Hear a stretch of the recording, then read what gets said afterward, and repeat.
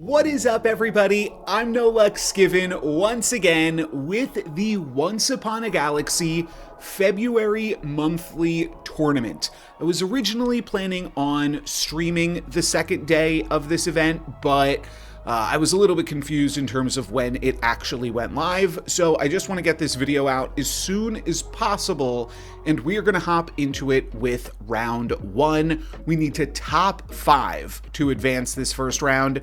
Should be fairly easy, but we don't want to take that for granted, and I think that we go Thing in the Ice. I mean, let's re-roll Charlie Potts here. Lightning Thief is also good. Romeo is a captain that I really like for hitting first place. And I'd say Thing in the Ice is similar, but I think that Thing in the Ice with its comeback mechanic can also be a reasonable option to get 5th place, in addition to just having some incredible high roll moments. And Lightning Thief does have the chance to do nothing if you are unlucky with it. So Thing in the Ice, let's start with that, and I am going to flesh out this deck a little bit. We already have Raggedy Ann. We could cut all of the legendaries and just make the early game as good as possible. You can see I've got Gulliver in the deck just as a 15/15. That's fine.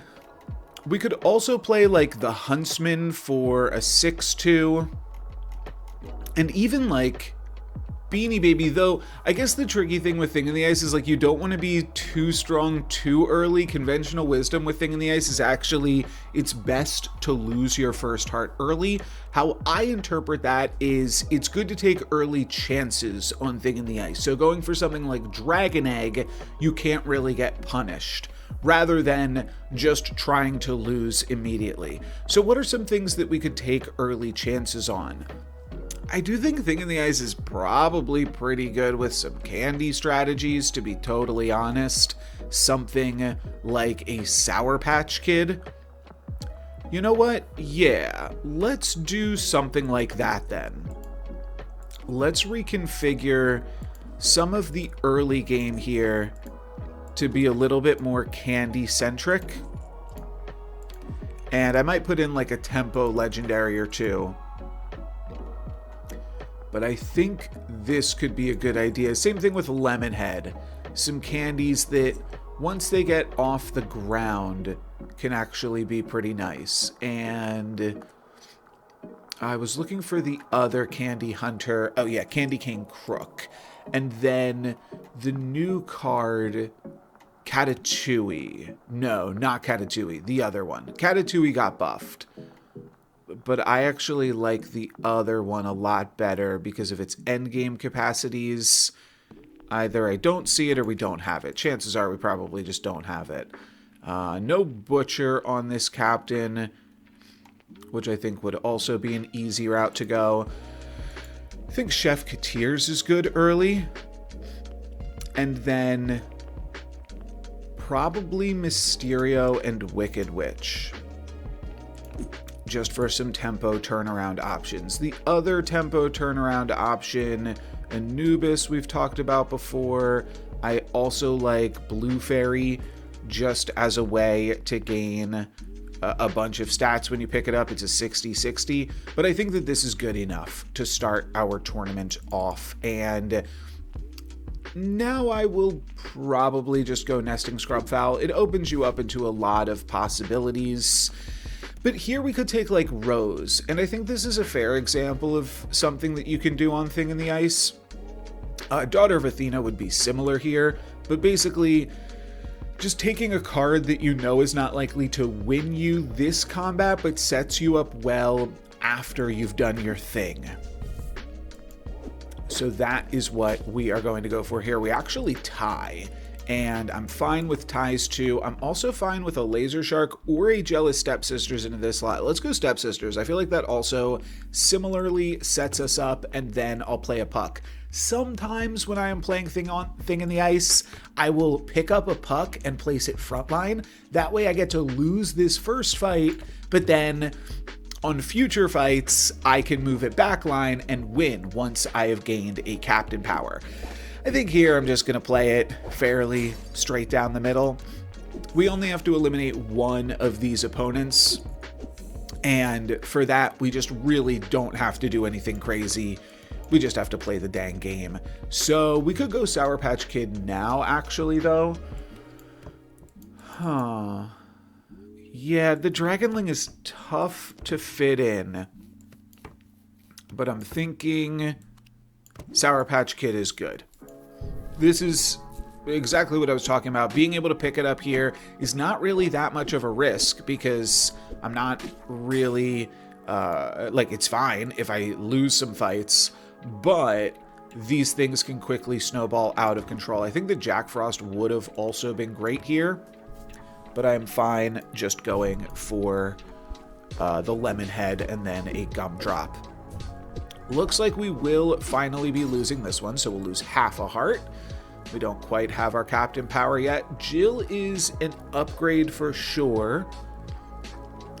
Pan's Shadow is an upgrade over Jealous Stepsisters, though, instead. I think we actually want to do this now. I just don't think we need the Jill. Let's just grab some bags, and Star Shield is totally fine. Oh, it's actually turn 5. I did not realize that. Jill is fine here now. Okay, Dragonling will grab its treasure. This goodie bag could definitely take me down, though, here. Sour Patch Kid going to trade into Cowardly Lion, and then we tie the fight. Great. Dragonling gives me, Secret Map is another great option on Thing in the Ice, but not when you only need to get 5th place. Let's just take Wand of Shielding. It's good with our candy shenanigans. And then we will Boon Willow to further pump this, though I do like the Blackjack. Oh, and we can throw Blackjack in this slot. I want to give Blackjack as much health as we possibly can, but then I'm not supporting the Sour Patch Kid, but that's probably fine. Oh, wow. Well, if we had flipped these, we would have actually taken out the Morgan and won the fight, but losing a heart and grabbing an Electrake pair is totally fine as well. Treasure buffs improved by +1/+1. Great, great, great. Looks insane across the board here. We could get Papa. I think I'm going to over the rainbow to pump up my team. And honestly, if I just cast a spell every turn, I probably can't lose. Yeah, especially spells that sweeten my candy. I pumped up this spell, or this slot. That is quite good. Okay, Lightning Bolt not going to take out Blackjack, but we also don't take out the Sir Francis Drake, and they have a Golden Paul Bunyan, and we go down to just 1 heart. Oh my goodness gracious. All right, well, we could Mysterio here. I think this is a perfect opportunity to Mysterio. I'm going to cycle it out. The other option is we could replace any of our cards, and then we'd be able to find that card again later. But I am simply going to cycle out the Mysterio. Gives me a Scar, an Ironcast, a Robin, a White Whale, and a 2-headed dragon. I'd be lying if I said I wasn't a little bit nervous right now, but I'm going to give all of my characters +3/+4 with my Wand of Shielding. And now how many players are left in this lobby? Okay, we've already made top 5. Whew. This is scary. This is definitely a little bit scary, and it's a good warm-up, wake-up game here. I am kind of waking up here a little bit, but we will go down in 5th place. Well, calculated. That's all we needed, baby. We still grab the artist signature Medusa, and now we get to move on to round 2. This time, we'll need to do a little bit better. We'll need to get top 4 to advance, and I do also think that day 2 is just going to be harder. I think that that's just part of what we are working with here, but if we can complete it, we will get a signed copy or maybe an alt Artemis. I think that's what we're playing for, but today we are going to play for the Candyman. We only need a top 4. So, do I want to redo this Candyman deck slightly for more tempo? I think the answer to that is yes. Ace of Hearts and Miseria, while not commonly cards that I play in Candyman, are just really good when you are trying to not get 5th or 6th. So I think I'm going to cut some of this top end, probably a lot of this top end, in fact, and make sure that I am playing a bunch of good stuff for the early game. Ace of Hearts is good. Chaos to see another spell is not horrible. Same with Lollipop Fairy. So you'll notice I don't have like any low tier payoff cards. I don't have the Lemon Head. I don't have the Sour Patch Kid. But I do think that those can be solid cards. I like Jaws. When you get a treasure sweetener candy. Oh yeah, Pretty Patissier is the card that I was talking about in the previous video. I'm not sure that I want to play any of those. Like, should I just play the Butcher always today when given the opportunity to do so? I think probably yes. And we could still consider Snapping Hydra, Mysterio, that kind of stuff.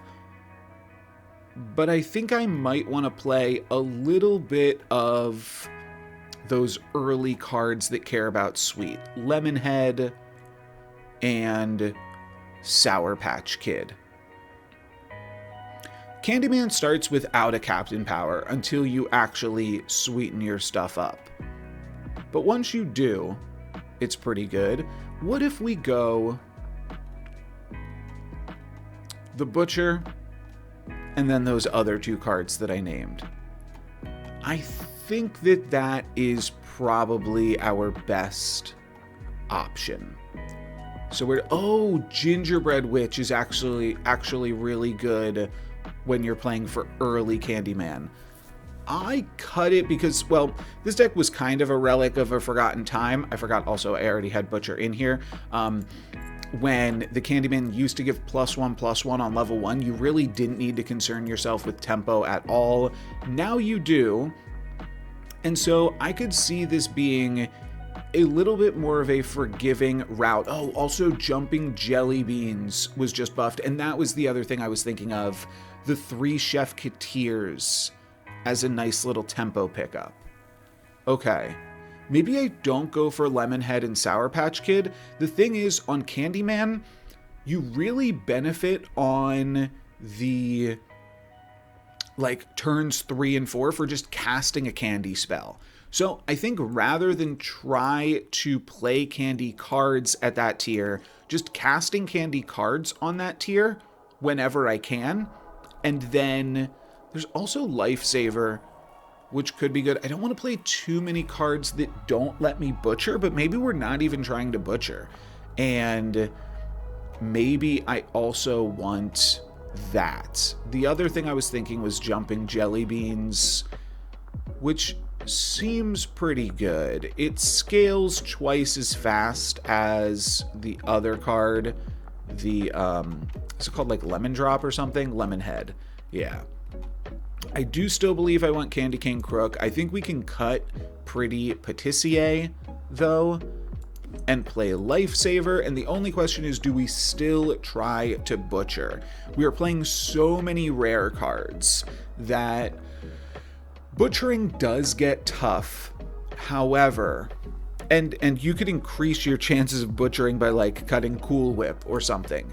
But I think that this is like a reasonable hedge, and I do think that Butcher is probably still strong if we happen to come across it, but I'm not putting all of my eggs into that game plan. I mean, I kind of am, because that is one of the more powerful things I feel I can do, but we only need to get 4th. That is the full story here. Let's start with a Nesting Scrubfowl, and then we have a Hamstar. Slightly awkward order, but we'll still grab it here. Oh, skip. Beautiful. Now we have a Slappy, And another Slappy seems good to me. And then another Nesting Scrubfowl, which is why we pick up the Hamstar, because now we can just pick up this silver for free. And this slot now has +5/+1, which honestly makes it way too tempting to not play Jealous Stepsisters here, though we could play Jack in the Box. I think that this also sets us up very well tempo-wise, because the treasure can do a lot of good for us. We still win. We beat Romeo, so we're feeling fine. Now we can take Captain's Cutlass to get even more stats out of that, and now I would pick up a better card for slot 1, like the Laser Shark. That seems good, and I'm also going to be looking to sweeten my candy, so I think a Gingerbread Witch is the perfect pickup after that. Oh, could I have... Hamstar doesn't interact with Captain's Cutlass, right? I don't think so. I don't think that that works, but this is going to work out nicely for us. We grab a win, and now I can start to sweeten my candy with a Candy King Crook that replaces the Gingerbread Witch and then goes into our insane slot 1. I'm going to continue to just pump up my candy here, pump up my Candy King Crook. I think that that makes it very, very tough for us to not come out ahead here. Unfortunately, we hit some bad combat RNG there, which means that we do lose this fight. Wow, okay, that's a bummer. And we also don't scale, which is potentially even more of a bummer, but I think I'm just going to keep going for this. I could see pumping up the Laser Shark here, though, now that the Candy King Crook is probably big enough, but 10, 11 starts to get to a point where now could potentially hunt and stick around, which... seems pretty good to me. We could Down Came the Rain with Hamstar, which is honestly not the wildest idea to put +2/+2 on this slot instead, but I think that Puxatawny Phil is such a big power spike that I am also into that, and Slappy's fine right there. All right, 11 is not enough to stick around, but it still pumps up my whole team. And wow, we are actually struggling here. We are going to lose our first heart. These lobbies are definitely tougher, no doubt about it. Let's grab a Jaws. This can definitely help us pop off. I don't know like how much we need to be considering the pop off of it all, but I think that Jaws is still like a great card here regardless. Now let's get lost in the woods, because I would love to find a candy spell, and I like additional opportunities to try to get there. Greenbeard is pretty good here, and especially now that it pumps itself. No guarantee it'll stick around, but we grab the hunt. That is beautiful, and that probably just translates into a win. Very cool. We can't heal up our heart, but we do take skip down a heart. So I suppose that's something. Yeah, Greenbeard didn't do too much for us. I guess we're just going to all for one here. This is a very, very unexciting moment. It's better than Ember, though, slightly. I mean, it doesn't shuffle a silver Ember in, but it's fine. Oh, and now we can Keeb.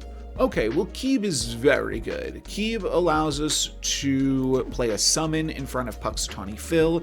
We saw that be very, very good for me in the previous video, and it also sweetens my candy additionally, which is going to pump up the whole squad. So this is looking good. I think we've got better candy than Romeo. And now we move into 2-8 with, or turn 8 with the Jaws Breaker and 2 hearts remaining. That's what the 2 was. Now we could pick up a Chef Katir's, pump up a bunch of candy characters, give all of my cards +7/+7, or +8/+8 rather. I'm just debating if I want to keep the Laser Shark or if I would rather have this with +16/+16 on it. And I think that's just the play.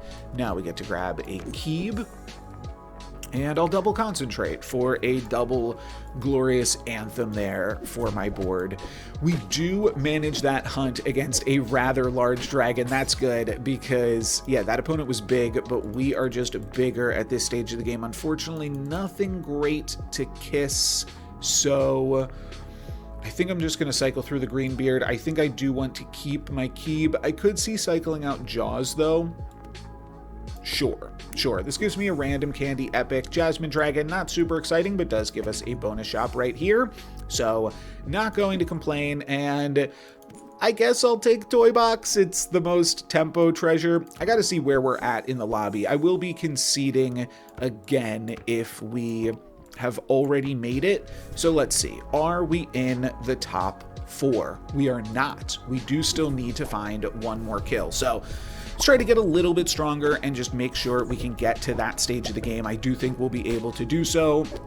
Toy box is going to grow as my summons get attacked into here, and everything's going to grow as we hunt and Keeb dies. We could take Sunflary, which the +7/+7 is not crazy on either the summons or the Candy Cane Crook. I think it's just the most stats over Lifesaver. +15/+15 when you lose a fight is fine. I would really like to pick up a legendary, so we have a True Love's Kiss target. Goldilocks does not do anything for us. Oh, here's our newly signed Medusa.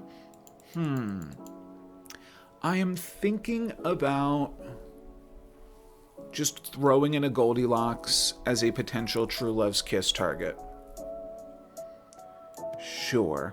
I think that my front line's big enough already, and also it's not terrible if they aren't big enough, because then, like, Puxatawny Phil gets attacked into and can resummon or something like that, or Keeb gets attacked into and dies and then gets to trigger its ability. So all of that I think was still pretty good. Now we just cycle through Chef Katir's. All of these are going to get +36/+36. That is pretty fantastic. And now we can Candy Kiss the Goldilocks, just like we drew it up, baby. Triple Trouble, looking good to me. Let's Starlight Starbright, so that way we give a little bit more stats to the Triple Trouble. And now, do we want to throw Triple Trouble in slot 1 so that it can start doubling just a little bit faster? I think it's worth it. I think it is actually just worth it here. It does mean that we probably don't get to hunt with Candy Cane Crook here, so we lose some stats in that regard, but now we can probably pull back and do this. We could also throw in an Oberon in some capacity, replacing Jasmine Dragon. I may have top 4'd at this point. 3 wrappers full looks great. That gives me sweet fortifications to double my captain power. And are we in the top 4? Oh, we're in the finals. Okay, let's move along here then. We are going to concede, and the reason for that, I don't know if this is like still a part of the game, but the game at one point used to reward, well, I won't say reward you, but basically your future lobbies used to be like, I'll say this, your lobby used to be dependent on whatever your previous lobby was. Here's the Artemis that I brought up earlier, the signed Artemis, and this time we have to get 3rd place to advance. I'm also just doing that to save some time for the video. These are not great captains. We're going to re-roll Dottie Dwaddles here and see what we find. Sir Galahad. I think that's probably going to be the pick. There are some good epic treasures. There's also some awkward epic treasures now, like trash can full of strawberries. Do you take a trash can full of strawberries only to get it on turn 7? It's a little bit awkward. Hades? You know what? I guess let's look at my decks. If I have the Butcher on any of these, might as well buy this. Thank you. If I have the Butcher on any of these, it's definitely something that we'll want to consider. We do have Wormscale Tinker, which is pretty good with Mechanical Dragon on this captain. I don't even know if I looked for the Butcher. Oh, apparently I've never played a custom deck here with Sir Galahad. Yeah, makes sense. I think actually it's going to be Hades. We do have Wormscale. I guess we can build out this deck to see what it would look like and see, do we have both Raggedy Ann and, oh, we could even potentially play, no, we don't have it, right? Yeah, that's a hard card to get, the Lifesaver. But we do have Ace of Hearts. We would probably play Beanie Baby, to be honest. And then Mecha Man, Nutcracker Prince, Heroes, and Then we'd take the Tempo Squad as much as we have it on Epics, Pisces, Snapping Hydra, Thunder of Dragons, Wicked Witch wants to get in there as well, and we might not need the Burnator. So this could be an option. This doesn't even seem to have, Mechanical Dragon into it. We only need to get third place, though. So, like, do we need to do Mechanical Dragon stuff? Potentially not yet. Last game we got second place just by playing Tempo. And that's like, very certainly a strategy you can utilize. Let's take a look at Hades. One thing that will separate Hades, we could purchase this deck if we liked it enough. And Electrake, I think I'm never going for. I mean, it does have Miseria. Okay. Miseria is pretty good on Electrake, in fact. Electrake actually is pretty good with Little Lance, too. Okay. I'd buy this deck and then not play Candy. But... oh, and then Sugar Farewells. Actually, I don't see any good ones here. I mean, Keeb. Keeb is really good. Yeah. So, what are we actually looking to play on this captain? It's been a minute, so I'm just going to straight up refresh it here. Because I think this can definitely use an overhaul. We have Ace of Hearts. We have Mecha Man and Nutcracker Prince, which take on a new ability to gain a ton of tempo early on Hades. We probably play Space Ranger Woody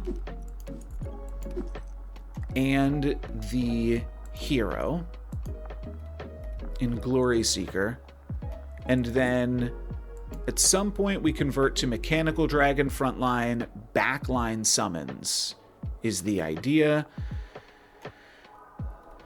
And Mort is fine. We definitely want Raggedy Ann. Party Pinata, I think, is also fine sometimes.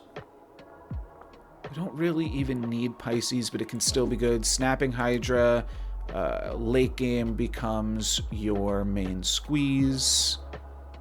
And then we can still squeeze in a Wormscale Tinker. I think this is the route I'm going to go. Just need to figure out exactly how much I want to commit to the various game plans. Because we could go Party Pinata, we could go Mort to Khan, and I think those are also like good backup routes.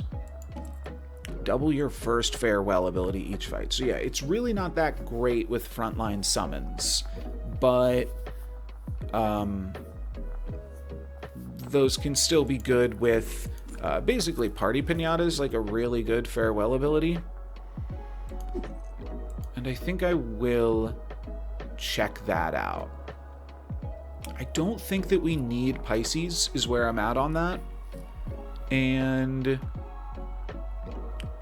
also don't have the Spider Queen, whatever her name is. That would be something else I would consider on this captain. I think we go Thunder of Dragons. And then do we fill it out with a Pisces still? Or what are some of our other options? We could still play Beanie Baby, Busted Bot. Anything else am I missing?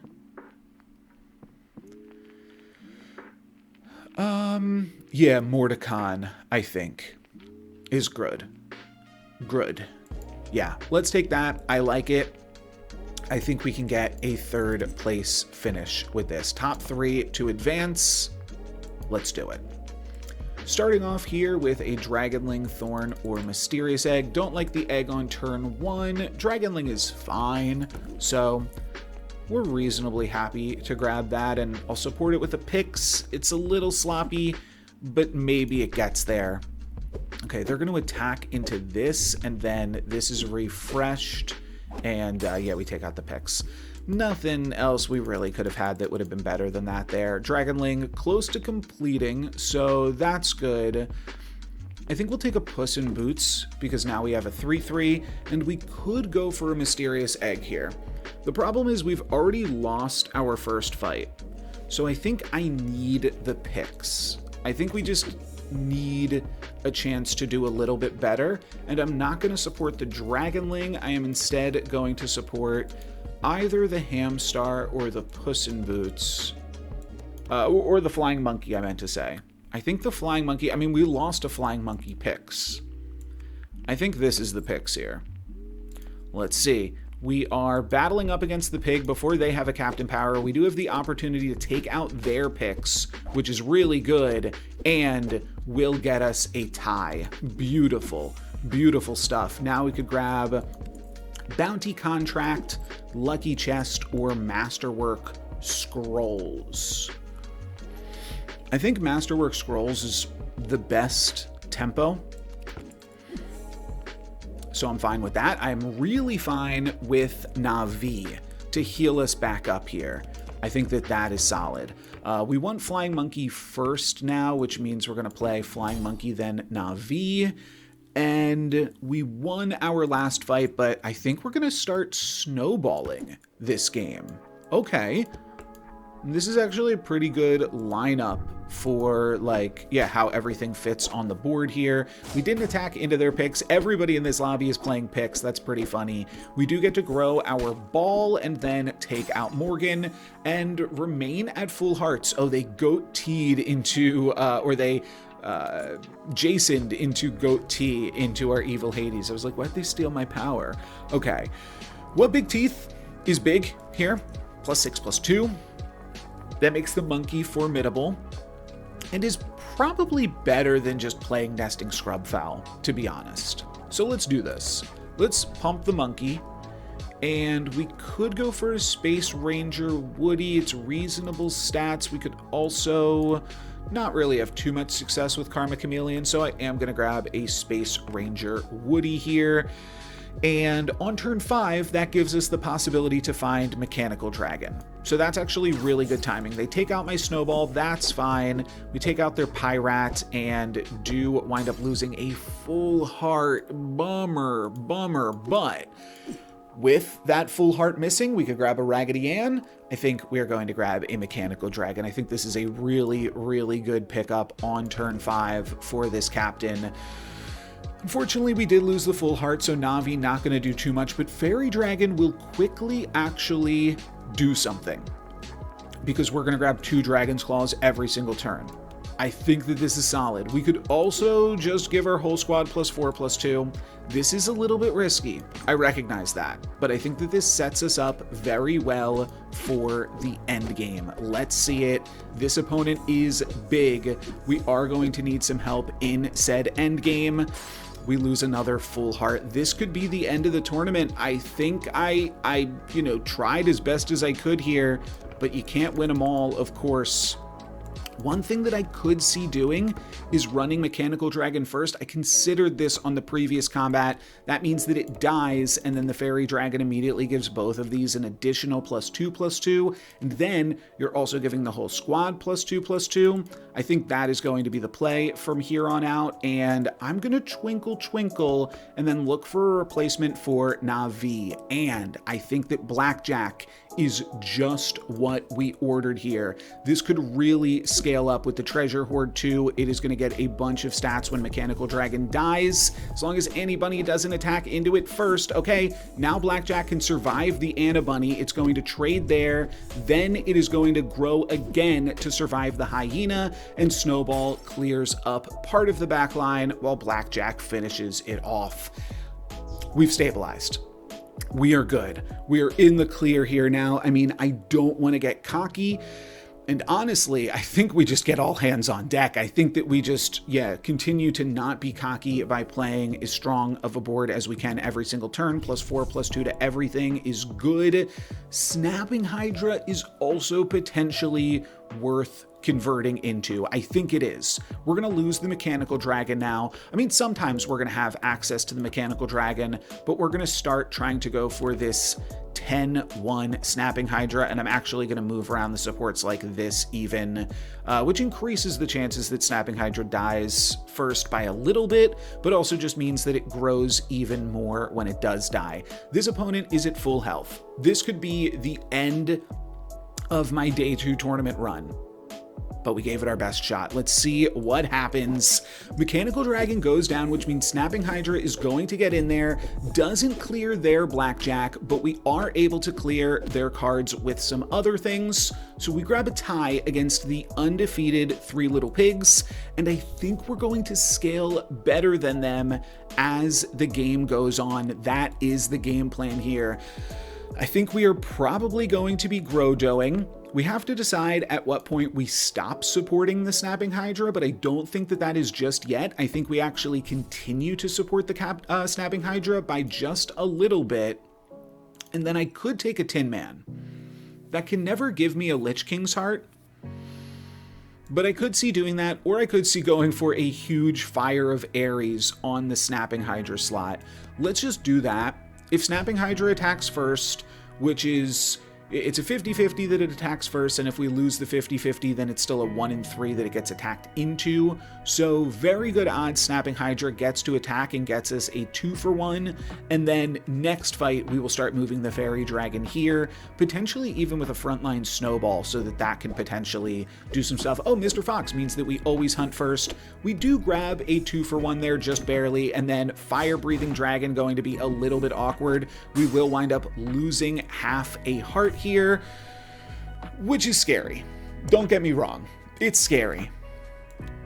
But we have a 200 attack Snapping Hydra. We can also Snowball into the Looking Glass for a Friar Tuck, which gives us nothing really out of this shop unless we get lost in the woods. Let's cycle through a Friar Tuck. Nothing again right here. I do want to keep the Fairy Dragon. We are going to swap the order of these 2 slots now, though, so that way maybe the Mechanical Dragon can die first and give this +2/+2. Actually, I don't think that's worth it. I think we just play it right here because this slot has +2/+2, and that is also good. And do I want to finish off with a +6/+2? And if so, where?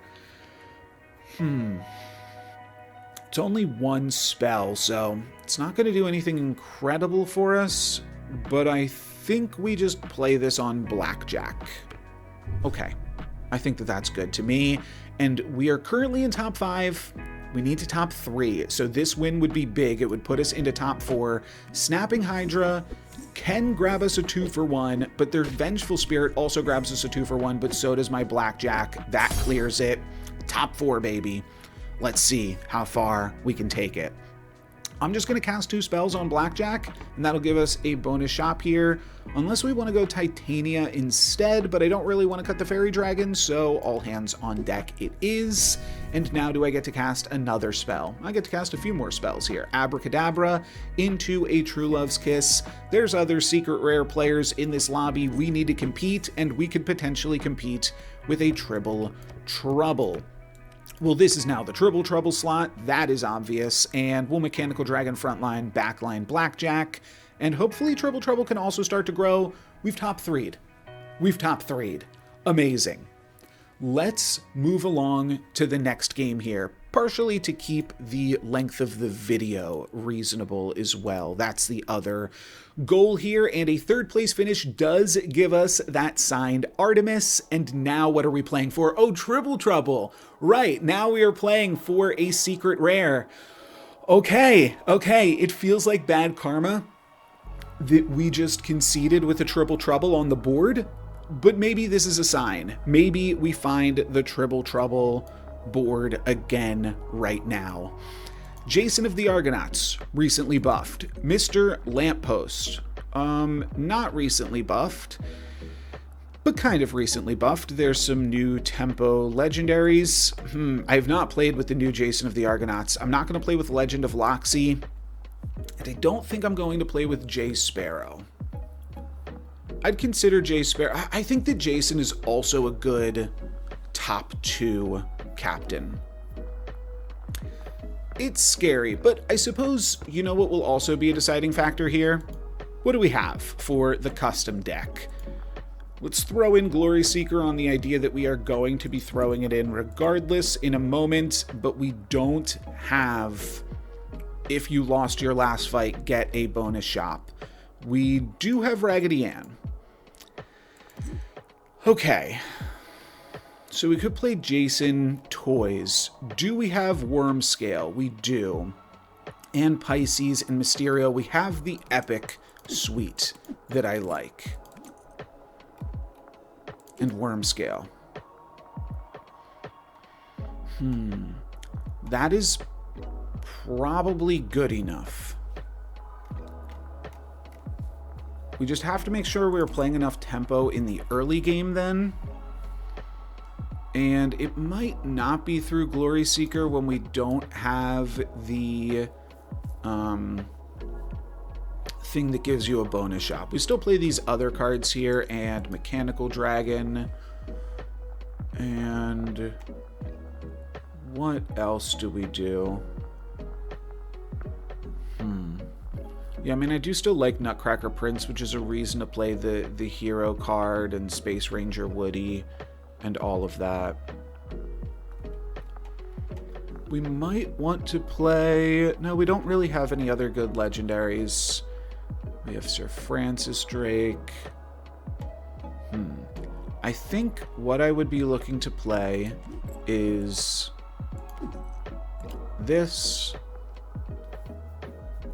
Let's see what my deck options... Oh, and can I buy anything that would help me here? Oh, I could buy Ace of Hearts.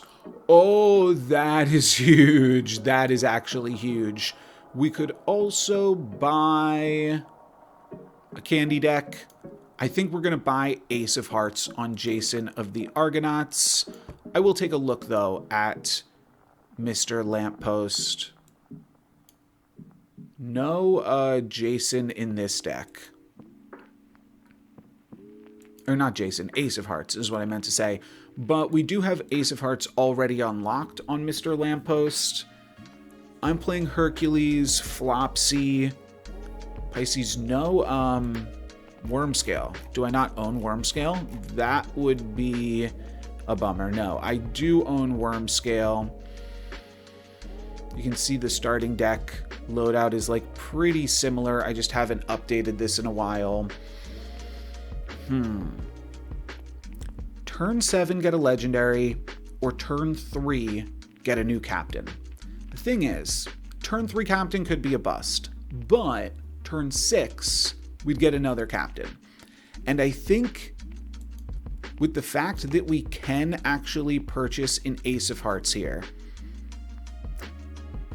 this captain power just happens earlier, and so we can utilize that to better effect and scale that out into the end game. So I am going to purchase Toy Crew, and then I am going to look to fit in Ace of Hearts, and I think we could probably cut...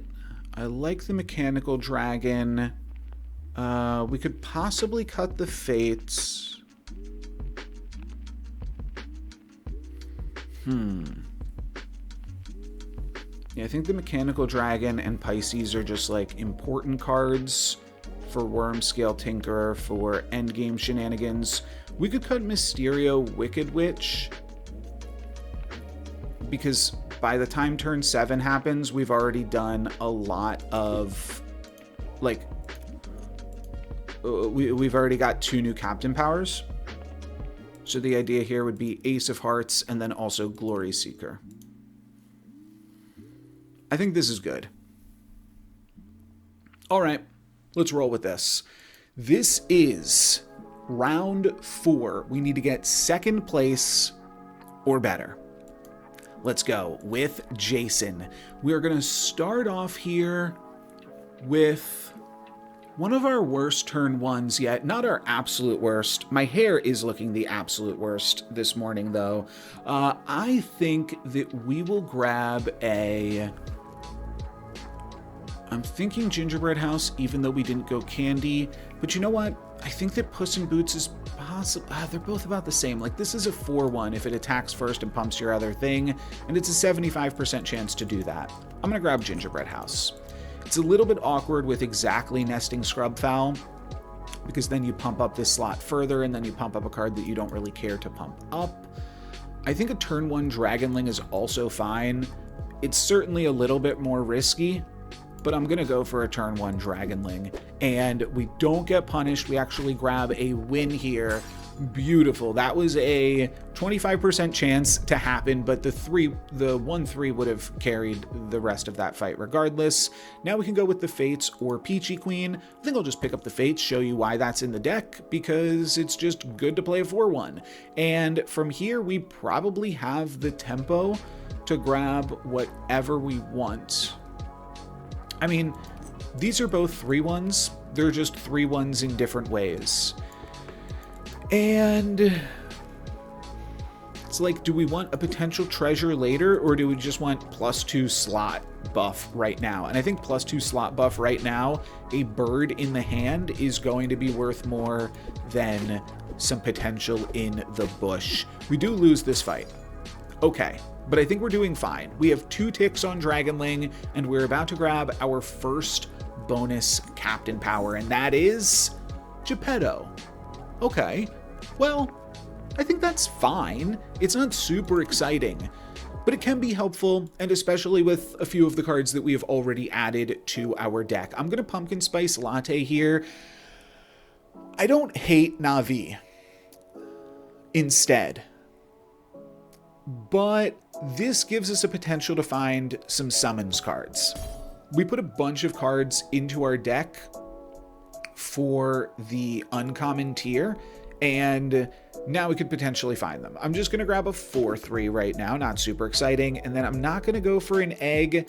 I'm either going to grab an Ember or a Minotaur, and I think it's just a Minotaur. We could play an egg in front of or next to Gingerbread House in some capacity, but it's a little bit risky, and I don't really even like it on turn 3. It's a 4-4 that gives everything else +1/+1. But like, am I looking to replace this next turn? Am I looking to replace this next turn? We are slightly less likely to replace things because we are running Gingerbread House, and that's like scaling. So that does work with other scalings. It's only turn 3. I think if we take the Minotaur, we are very unlikely to lose a full heart. We might be more likely to lose half a heart, but we are now very unlikely to lose a full heart, and that seems good to me because we can potentially heal that heart up or do some other good work with it later. I suppose buffs for my spells. If we get to Secret Map, that's already a good thing. We get a free shop here with Ace of Hearts. Beautiful. And we can use that free shop to pick up a Na'vi. That also seems beautiful. It's a 6-4. Yep, we're going to heal up our heart again and then take a Gingerbread House. Oh, if we golden a toy. That's funny. Gingerbread House is a toy. Did not even realize that. Next, we're going to grab Dragonling just because Twinkle Twinkle would do nothing for us this turn. And now we grab a Katamari into our first slot as well. We're going to throw a Dragonling back here, and I think we toss Rage. Actually, I think we keep Rage Mage because it's pretty good with Mecha Man. And then we throw Mecha Man in this +2 attack in the nest, as we call it, and that's not going to be enough for this combat, but we do some work with some of our other cards and only lose half a heart again going into turn 5. I think that's quite good. I think that is quite good. In fact, Twinkle Twinkle's a +6/+6 onto a rare card, and I think we just have to take that here. I was looking for a spell that could pump up this slot instead. Could also Boon Willow, which is just big and gives up a bunch of slot buffs. Fairy Godmother, not super useful here. It is nice that it has +6/+6, because then it can do a little bit more. Or we just Boon Willow, and then we start using Rage Mage on Boon Willow to continue to pump up this slot to pump up both of these. It's cute, but so is just a huge Dragonling, I think. So let's grab this. Magic Acorn's not doing anything for me. Wand of Shielding not doing too much for me either. I think this might be a weird scenario where we secret map. Mecha Man is just scaling itself. Nothing like increases the power of my board this turn though. So like, yeah, let's just go secret map and see where that gets me. A big Dragonling could certainly still get me somewhere. Mechanical Dragon gonna go down if, oh, nice. Oh, it got pumped up by the Dragon's Claw and took out the Slappy. That is beautiful. I do still lose half a heart. So, nothing I could do there, but now here is something we can do. Gingerbread House interacts with both of our captain powers, so like no way I'm not taking that. Okay, I do think the Mechanical Dragon is also interesting, but yeah, this is a Gingerbread House play here, clearly. Worn Shield could allow us to really pump up a Blackjack, so that is the play here for sure. We don't hit. We could Silvery Moon the Mecha Man to give it slot +2/+2. Or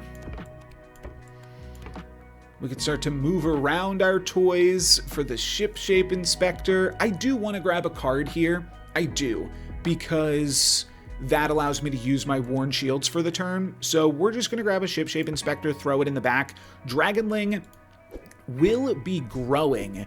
Even though it is not that big right now, it is going to be able to 3-for-1, 4-for-1 here. Yeah, 4-for-1, and just demolish that fight. So that is good. Geppetto is any summons. So we probably make a move to play Geppetto now with Puxatawny Phil. Don't love Phil with the double Worn Shield, but I still love Phil. So I think we get our fill with that. And then, well, nothing great here, if we're being honest. We can Rose to buff our shop. We can Sugar Plum Fairy to buff our shop. The reason that Rose is a consideration is because it's a common, and that does build into something. But I think I'm fine just Lightning Bolting. Yeah, it's not super exciting, but it's Lightning Bolt. Up against Nathaniel Drake here, and looking good, actually, after that Lightning Bolt takes out a card in their backline. Phil resummoning, and also the Jack-in-the-Box resummoning gives us some bonus slots here, which is just precisely enough to win that, tie that fight. 3 bags full, easy pickup here. I don't hate the Mama Bear and trying to make a Ship Shape Inspector happen, but I also don't hate just taking the treasure, and that's the easy way out. That means that Potion of Treasure Finding could give us some really big endgame potential. I don't think we need the Padded Shield. I think we might really want Potion of Treasure Finding. But now I'm going to grab Mama Bear. And Rage Mage also pumps up slots. Is Rage Mage easier to utilize here than Mama Bear? Okay, I'll take a look. All Hands on Deck, not a targeted spell, but we can cycle through the Minotaur. For Down Came the Rain for our front line. It's not what I was expecting here either. It is going to be +3/+3 on all front row slots, so yeah, it just has to be the pickup. Okay, that's fine. My backline is really weak, but maybe my front line can hold the fort here. No, this Frostling Dragon is now way too big. Puxatawny Phil would have to do just insane work here. We're going to lose a full heart and go down to 1, but turn 9, legendaries, Wormscale Tinker, and a new captain power. Chief Evil Officer, not exactly something to get super excited about. Huff and Puff, not a targeted spell, won't allow us to Ship Shape, so I'm simply going to cycle through Two-Headed Wizard, and now I think I'm going to double greed onto Dragonling. Karma Chameleon just is way too risky here. We really, really need to not die. Let's double greed to pump up this slot twice, and now we only need one more targeted spell and we grab a legendary treasure next turn. Will we make it there, or is our tournament over? That's the big opponent. Roommate is the big opponent. These other opponents we can like mostly deal with, but no, that is the end of my tournament run. And that is going to be it for me today. Thank you guys very much for watching. Gave it my best effort. I'll be back next month. I'll also be doing some more Once Upon a Galaxy content before that, but we'll be back next month to try again in this tournament. I'll also just announce here that I am thinking of doing Once Upon a Galaxy content like consistently with a new schedule that I've been slowly tweaking. I think I should have Galaxy content every 4 days is the game plan going forward in just a little bit. So that's some other sweet stuff to look forward to. For today, we still got a bunch of stuff. We did not earn the Triple Trouble, and we did not earn the premium tournament winner border, but we still had a lot of fun. Thank you guys very much for watching. I'm NoLucksGiven. Peace.